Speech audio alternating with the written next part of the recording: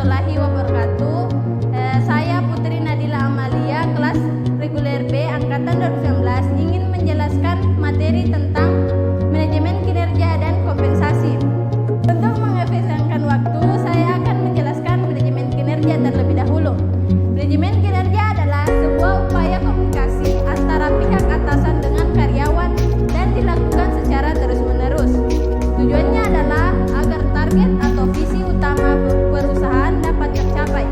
Oleh karena itu, performance manajemen harus bisa dijalankan dengan efektif oleh setiap perusahaan maupun organisasi. Di sisi lain, manajemen kinerja dapat membantu penyelenggaraan karyawan dengan sejumlah sumber dengan daya lainnya dalam perusahaan yang bersangkutan. Dengan begitu, tujuan perusahaan mampu diraih dengan baik dan optimal. Komponen sistem manajemen kinerja. Sistem manajemen kinerja terdiri dari sejumlah komponen penting. Yang pertama, pembuatan deskripsi atau penjabaran kinerja secara jelas sesuai dengan yang direncanakan saat perekrutan pekerja. Yang kedua, memilih calon pegawai yang dapat memenuhi persyaratan dan pewawancaraan. Yang ketiga, menjalani sesi wawancara pada calon pekerja sebagai upaya seleksi. Yang keempat, menanyai calon karyawan mengenai kesanggupan dan untuk meraih target dan tujuan perusahaan. Selanjutnya, menjalani seleksi pada calon karyawan melalui sejumlah proses dan tahapan yang berlandaskan pada budaya perusahaan. Selanjutnya, memberi penawaran pekerja terhadap calon karyawan terpilih, termasuk menjelaskan kelebihan perusahaan, gaji, tunjangan, dan fasilitas lain-lain. Terakhir, menciptakan standar kinerja sesuai ukuran pada karyawan terpilih. Tujuan manajemen kinerja: yang pertama, mengatur kinerja organisasi dengan lebih terstruktur dan terorganisir. Yang kedua, mengetahui seberapa efektif dan efisien suatu kinerja organisasi. Yang ketiga, membantu menentukan keputusan organisasi yang berkaitan dengan kinerja organisasi, kinerja tiap bagian dalam organisasi, dan kinerja individual. Yang keempat, meningkatkan kemampuan organisasi secara keseluruhan dengan perbaikan berkesinambungan. Yang kelima, mendorong karyawan agar bekerja sesuai prosedur dengan semangat dan produktif sehingga hasil kerja optimal.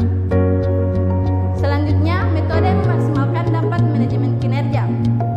Tingkat intensitas evaluasi kerja hingga beberapa kali dalam 1 tahun. Yang kedua, melakukan kegiatan OKR agar standar pencapaian pribadi dapat diselaraskan dengan tujuan dari perusahaan. Selanjutnya, mengembangkan sistem feedback atau umpan balik dari karyawan agar aktivitas monitoring dapat dilakukan dengan lebih efektif. Selanjutnya, manajer perlu menjadi pengajar atau mentor yang mampu memberi pengarahan dan latihan. Yang terakhir, mengembangkan standar untuk dijadikan sebagai indikator pada performa kinerja dan lebih efektif. Selanjutnya, kompensasi. Kompensasi adalah segala sesuatu yang diterima baik berupa fisik maupun non-fisik. Bisa juga berarti seluruh imbalan yang diterima oleh seorang pekerja atau karyawan atas jasa atau hasil dari pekerjaannya dalam sebuah perusahaan. Selanjutnya, kompensasi yang diterima dapat berupa uang, barang, secara langsung maupun tidak langsung. Ia biasanya diberikan oleh atasan kepada karyawannya sebagai tanda bahwa karyawan tersebut telah bekerja dengan keras. Tentu saja hal tersebut bisa menjadi motivasi yang baik untuk para karyawan agar mau bekerja lebih keras lagi untuk kemajuan perusahaan. Bagi organisasi atau perusahaan, kompensasi memiliki arti penting karena kompensasi mencerminkan upaya organisasi dalam mempertahankan dan meningkatkan kesejahteraan karyawan. Fungsi kompensasi: yang pertama, penggunaan SDM secara lebih efisien dan lebih efektif. Yang kedua, mendorong stabilitas dan pertumbuhan ekonomi. Yang keempat, adanya kesetiaan atau loyalitas. 5. Menundukkan diri pada nilai-nilai etis. Terakhir, mau belajar dari kesalahan. Jenis-jenisnya yaitu terdiri dari 3. Yang pertama, kompensasi langsung, artinya merupakan segala macam imbalan yang berwujud uang, misalnya seperti gaji, tunjangan, THR,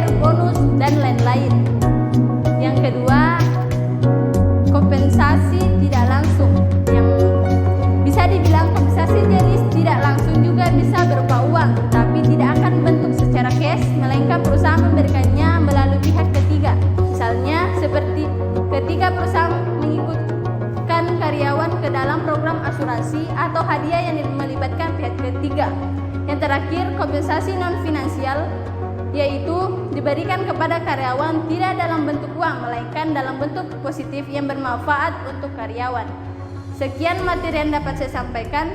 Assalamualaikum warahmatullahi wabarakatuh.